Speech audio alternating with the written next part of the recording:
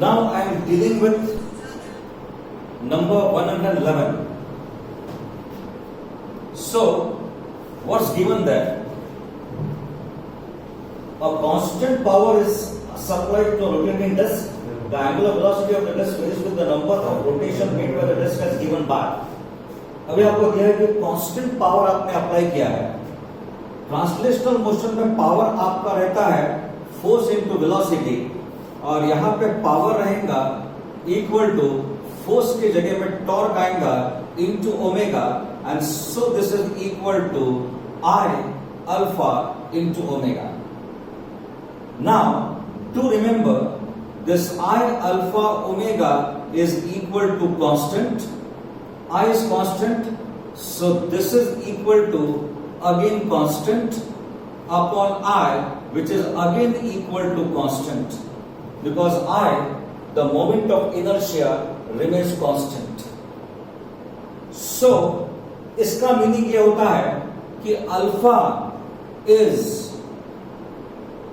Inversely proportional to omega. ये हो गया पहला पार्ट आपका. अल्फा का angular acceleration is inversely proportional to omega. और एक बात, your final angular velocity square is equal to initial angular velocity square plus 2 alpha into theta. आपका इनिशियल 0 है, so omega square is 2 alpha theta. ये मिल गया. यहां देख लीजिए, alpha is inversely proportional to omega, इसलिए मुझे मिलेगा omega square is directly proportional to, यहां पर मैं लिखूंगा 1 अपॉन ओमेगा थीटा. तो वैसे भी कांस्टेंट है, तो मुझे यहां पर मिलेगा omega square is directly inversely proportional omega square is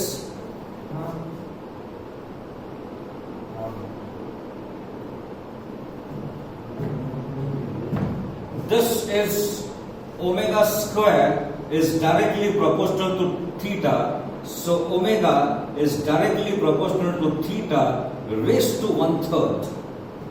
और एक बात याद रखेंगे, यहां नंबर ऑफ रोटेशंस के बारे में बात चालू है, इसीलिए जितने ज्यादा रोटेशंस उतने ज्यादा रेवोल्यूशन, जितना ज्यादा एंगुलर डिस्प्लेसमेंट उतना ही ज्यादा क्या रहेगा, number of rotations. So again this is directly proportional to number of revolutions, तो मुझे ये रिलेशन मिलेगा. I think it's very clear. ध्यान में रखेंगे that theta is directly proportional to N, so this is the relation which we gate.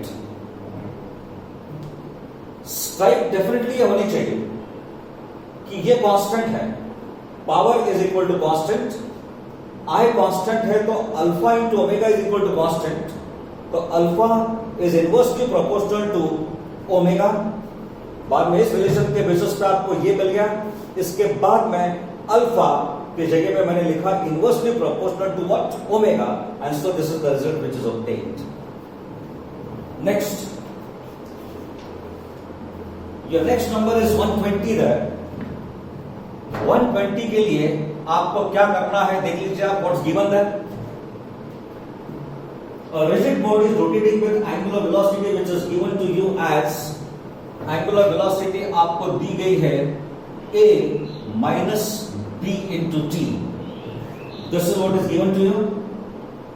The total angle subtended by it before coming to rest, the total angle subtended by it theta before coming to rest, and आपका final बनने चाहिए equal to 0. यहां पर निकालना है.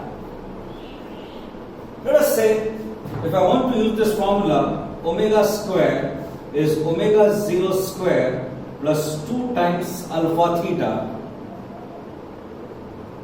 तो सबसे पहले यहां पर मुझे किसकी जरूरत है, ओमेगा 0 की जरूरत है. तो अगर इसको मैं मार्क करता हूं the first equation, at t is equal to 0, आपका omega 0 is equal to a because t is equal to 0. ये मिल गया आपको. और एक बात है, फिर से मैं इक्वेशन लिखता, omega is equal to a minus b into T. इसको अगर मैंने 0 कर लिया तो मुझे यहां पर मिलेगा A T is equal to A upon B. दोनों बातों का मीनिंग समझ लेंगे आप। ये हो गया मेरा दूसरा इक्वेशन और ये है मेरा तीसरा इक्वेशन। आप देखेंगे यहां पर at T is equal to 0, T is equal to 0 substitute किया तो इनिशियल वेलोसिटी कितनी आ गई, एंगुलर वेलोसिटी ए। ओमेगा को मैंने अगर 0 लिख लिया तो टी आता है equal to this much, T is equal to A upon B का मतलब होता है ओमेगा इज इक्वल टू 0। तो आपको मिलेगा alpha is equal to final minus initial upon time. So alpha is equal to final, it is ultimately equal to final जो हम लेंगे टू बी इक्वल टू 0 और ये आता है initial to be equal to A और कितने time पे हुआ a अपॉन बी। तो आपको मिलेगा alpha is equal to minus A into B upon A. तो आपको अल्फा मिलेगा इक्वल टू माइनस बी।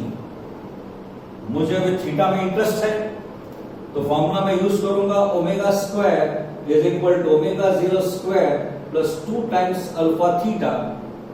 तो यहां पर फाइनल कितना हो गया 0, final is equal to 0, omega 0 is equal to A. तो यहां पर ये आएगा A square and this is equal to 2 minus B into theta and so we have, we don't have to give a double minus sign here. एक ही बार आप minus sign देंगे in fact. So we have 2b theta is equal to a square. तो आपको मिलता है theta is equal to a square upon 2b. एक बात ध्यान में रखेंगे, हमने अल्फा को कैलकुलेट कर दिया to be equal to minus B. तो यहां पर डबल से माइनस साइन नहीं देंगे आप। Alpha is equal to minus B यहां सब्स्टिट्यूट करेंगे, माइनस साइन यहां देंगे, one and the same thing. So we get theta is equal to A square upon 2b। The number is 123 now. A solid cylinder, the mass is given, the radius is given, is free to rotate. A massless string is bound with one end attached hanging freely. The tension in the string required to produce angular acceleration of equal to 2 revolutions per second square. अभी आप देखेंगे cylinder का मास है equal to 50 kgs, उसका radius दिया गया है equal to 0.5 metre, ये भी दिया गया है। और एक बात है, आपको टेंशन निकालना है सो दैट यहां फर्क देख लीजिए क्या आता है। The difference is here, the angular acceleration alpha dash में लेता हूं, it is equal to 2 revolutions per second square. I will note the difference here. I'll tell you the difference what exactly it means. इसको सबसे पहले देख लीजिए। अगर cylinder है, इसके ऊपर हमने एक धागा बांध के रखा है, उसको जब मैं नीचे की तरफ खींचूंगा तो ये रोटेट करेगा। मैंने क्या अप्लाई किया, टॉर्क अप्लाई किया। What I applied is what, torque. और टॉर्क के कारण the cylinder will have angular acceleration. तो यहां पर इन फैक्ट अगर डिफरेंस नोट करने की कोशिश करेंगे, फॉर्मूला अगर लिखना है तो torque is equal to I alpha and torque is also equal to tension which you apply into distance. अब आप देख लीजिए, ये अगर सिलेंडर है और टेंशन आप इस तरीके से अप्लाई कर रहे हैं by the rope, this is T और ये आर, तो torque is equal to what, I alpha, moment of inertia into angular acceleration, and that is also equal to force multiplied by perpendicular distance. The force is applied tangential. Force कैसे apply किया आपने, tangential apply किया। Force आपने tangential apply किया और perpendicular distance R ही आएगा, because tangent and radius of perpendicular, perpendicular distance are आ रहा है। तो यहां पर मैं लिखूंगा this is equal to force multiplied by perpendicular distance. ये मिल गया आपको बात। तो यहां पर मुझे मिलेगा, you are suppose to find out T, so T is equal to I alpha upon are.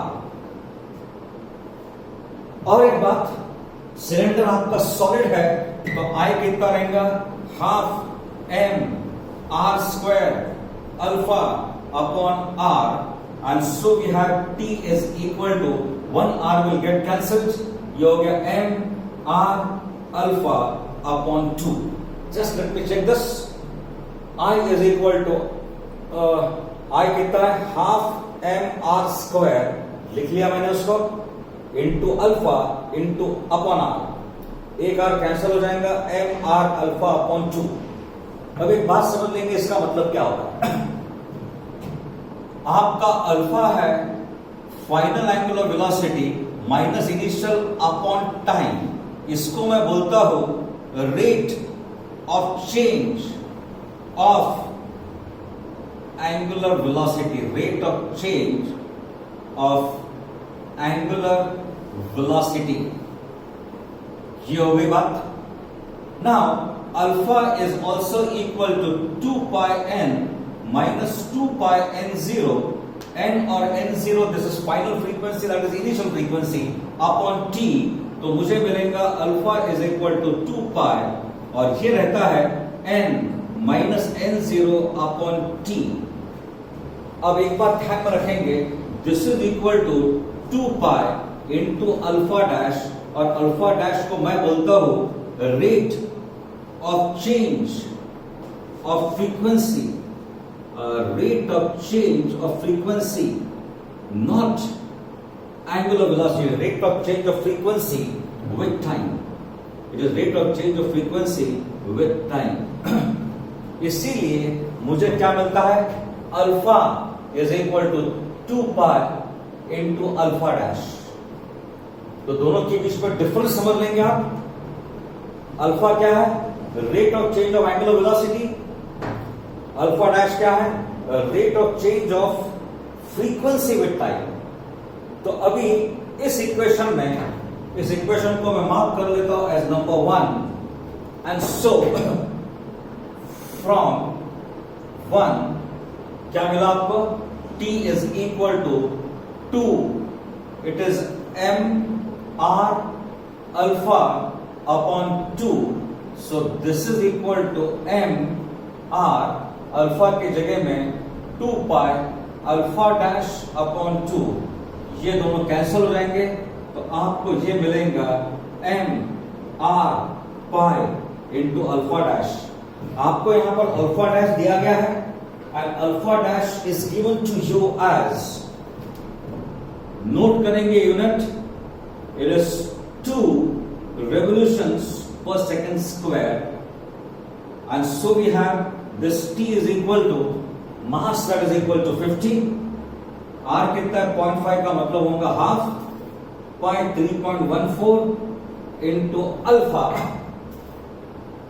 Alpha कितना चाहिए आपको 2, अल्फा डैश 2 चाहिए, so this will get cancelled and t is equal to what it comes to, कितना आएगा 3.14 into 5 which is equal to how much, 22 caret 7, और ये 15 1 2 यहां पर आएगा dot, so it is 157 Newton's.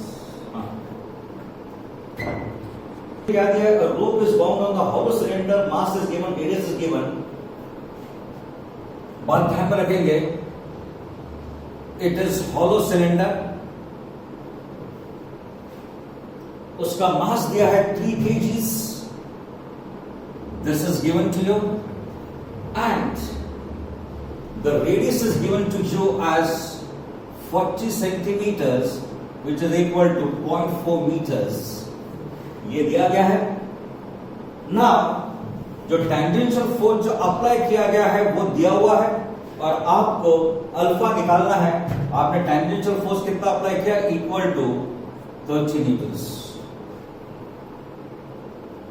Rope is bound किया गया यहां पर, रोप को नीचे खींचेंगे तो ये रोटेट होगा, फोर्स अप्लाई किया tangentially, so torque is equal to I into alpha which is force multiplied by perpendicular distance. आप अल्फा निकाल लेंगे to get the result. Last time जैसे प्रॉब्लम मैंने सॉल्व किया था एग्जैक्टली वैसा ही है, the same as number 123. You can get the result. Number 135 now. Let F be the force acting on the particle and position vector और torque दिया गया है. Then रिलेशन पोजिशन वेक्टर और टॉर्क के बीच में ऐसा torque is equal to R cross F. Cross product का मतलब क्या होता है कि R and F are perpendicular to torque. Torque is perpendicular to R, torque is perpendicular to F. ये दोनों एक प्लेन में है and torque is perpendicular to the plane containing R and F.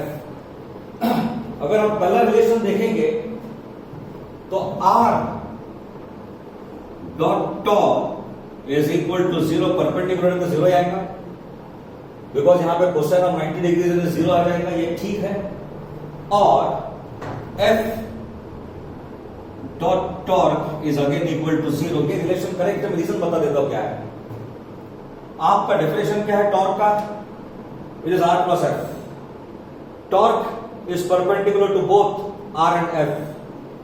तो torque is perpendicular to R, तो इसलिए इसका dot product 0 आएगा. Torque is perpendicular to F, इसका डॉट प्रोडक्ट फिर से 0 आएगा. बाकी के सब ऑब्जेक्टिव्स आप चेक कर लो. दैट कैन नॉट बी, जैसा कि यहां पे दिया है R dot torque is not equal to 0. It can not be equal to 0. Not equal to 0 possible नहीं है. It has to be equal to 0 because dot product में क्या आता है, कोसाइन फैक्टर आता है. कोसाइन यहां पे 90 डिग्रीज आएगा एंड कोसाइन 90 डिग्रीज कितना है, it is equal to 0. So that's the result which is obtained. Next problem है 139 और प्रॉब्लम नंबर 139 के लिए देख लीजिए क्या दिया गया है. आपके पास एक मीटर स्केल दी गई है. The total length is equal to definitely 100 centimeters. इसका center of mass कहां पर रहेगा? It will be at 50 centimeters, no doubt. दो coins, each of mass 5 grams are put at the other end 12 centimeters from the mark. यानी यहां पर आपने दो 5 ग्राम के कॉइन डाल दिया. टोटल मास आएगा इक्वल टू 10 और इसका डिस्टेंस है equal to 12 centimetre from one and.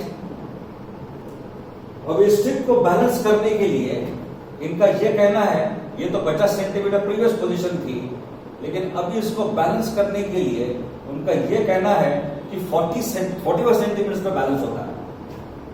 तो मास ऑफ द स्केल निकालना है. Mass of the scale you are suppose to find out, ये निकालना है. Now how to get this now? देख लीजिए अब यहां पर सबसे पहली बात तो यह है, अगर ये बैलेंस्ड है, अगर ये स्केल हॉरिजॉन्टल है, इसका मतलब देख लीजिए क्या होता है. अगर मैंने इस पेन को बैलेंस कर लिया और ये हॉरिजॉन्टल है, तो इसका मतलब ये होता है यहां पर अगर मैंने इसको बैलेंस कर लिया, यहां के पार्टिकल उसको रोटेट करेंगे इस डायरेक्शन में, यहां के पार्टिकल रोटेट करेंगे ऑपोजिट डायरेक्शन में. इसका हॉरिजॉन्टल रहने का मतलब यह होता है कि total clockwise moment is equal to total anti clockwise moment. ये उसका मतलब होता है. 45 सेंटीमीटर पे वो बैलेंस हो चुका है, तो इसका मतलब ये होता है ये 10 ग्राम का कॉइन उसको रोटेट करने की कोशिश करेगा इस डायरेक्शन में विच इज एंटी क्लॉकवाइज, और जो मीटर स्केल है उसका सेंटर ऑफ मास यहां से एक्ट कर रहा है, तो it will try to rotate it in clockwise direction. You try to follow this now. 10 gram के 5 ग्राम के दो कॉइन्स है, 10 ग्राम है, it is acting from this side है.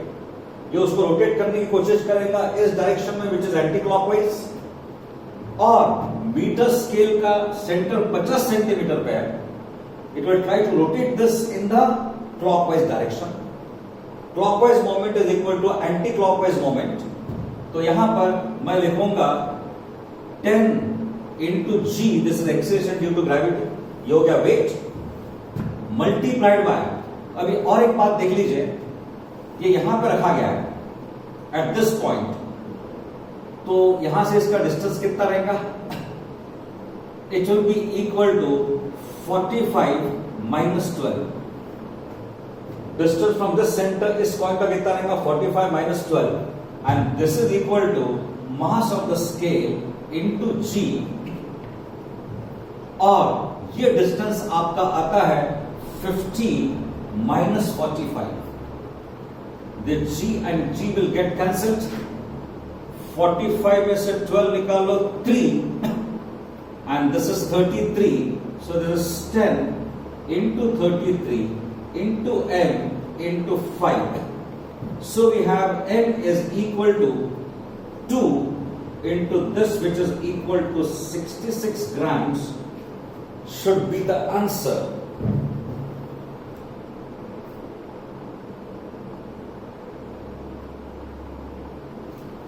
grams is the answer. The next problem is 149. Just let me read it from here. A uniform disk, the radius is a, mass m is rotating, angular speed is given. On this, a mass of particle m falls, sticks to the rim of the disk. New angular speed आपको निकालना है. इसका मास कितना m है, angular velocity is equal to omega, and the radius is equal to a. और एक बात है, when the disk was rotating, एक पार्टिकल जिसका मास m है यहां पे आके गिर गया on the rim, and the distance is again equal to a. Formula कौन सा यूज करेंगे हम, initial angular moment is equal to final angular momentum.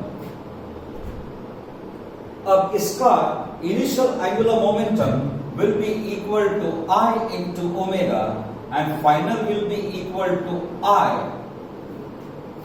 अब ये दोनों साथ में चलेंगे, moment of inertia of the disc plus moment of inertia इस पार्टिकल का, this is equal to ma square, distance mass into distance square into the new angular velocity. मैं repeat कर रहा हूं, ये पार्टिकल यहां पे आके गिर गया है, उसका डिस्टेंस a है. स्टार्टिंग में पार्टिकल यहां पे था नहीं, तो एंगुलर मोमेंटम कितना रहेगा I इंटू ओमेगा. बाद में गिरने के बाद दोनों कंबाइन हो गए, तो that will be equal to I, और इसका डिस्टेंस a है, तो इट इज ma square into omega dash. तो यहां पर हमको रिलेशन निकालना है. अब ये डिस्क है, तो इसका मोमेंट ऑफ इनर्शिया रहेगा equal to half m a square omega. This is equal to half m a square, and this is equal to m a square into omega dash.